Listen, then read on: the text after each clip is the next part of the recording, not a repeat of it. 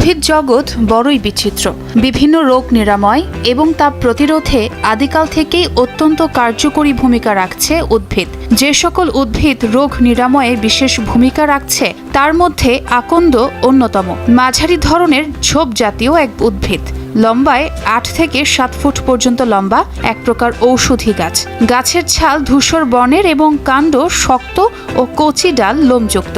ঔষধি গুণাগুণ সম্পন্ন গাছটির নামই আকন্দ। পাতা 4 থেকে 8 ইঞ্চি লম্বা, উপরিভাগ মসৃণ এবং নিচের দিক তুলোর ন্যায়। গাছের পাতা শাখা ভাঙলে দুধের মতো সাদা আঠা বের হয়। এর ফুল সাদা বা বেগুনি বর্ণের। বাংলাদেশের বিভিন্ন অঞ্চলে আছে এই ঔষধি গাছটি, তবে এর উপকারিতা এবং ঔষধি গুণাগুণ সম্পর্কে অনেকেরই ধারণা কম। আকন্দ চুলের রোগ এবং ব্যথা নাশে বিশেষ কার্যকরী। দাঁত এবং টাক পড়া নিবারক এই ঔষধি গাছটি। দাঁত ব্যথা দূরের জন্য আকন্দের কষ তুলায় ভিজিয়ে ব্যবহার করলে ব্যথা উপশম হয়।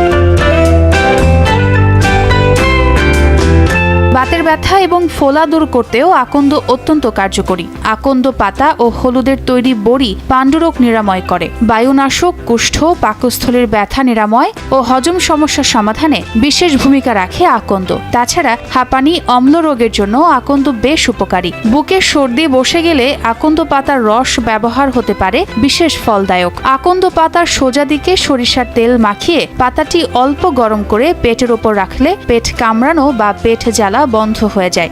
আকন্দ পাতায় সোজা দিক ঘি মেখে ব্যথার জায়গায় বসিয়ে লবণের পুঁটলি দিয়ে ছেঁক দিলে নিউমোনিয়া জনিত বেদনা দূর হয়। অযত্ন অবহেলায় বেড়ে উঠলেও আকন্দ চাষ উপযোগী। এটি চাষের ক্ষেত্রে মে-জুন মাসে 3 থেকে 4 ফুট দূরত্বে আকন্দ গাছ লাগানো ভালো। এটি মোথা ও সাকার অন্যান্য অংশ থেকে বেশি বংশ বিস্তার করে।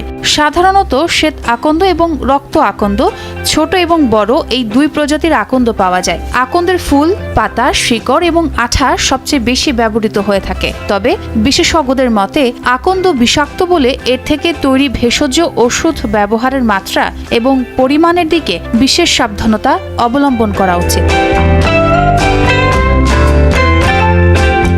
ছোঁয়া খন্দকার, সময় সংবাদ।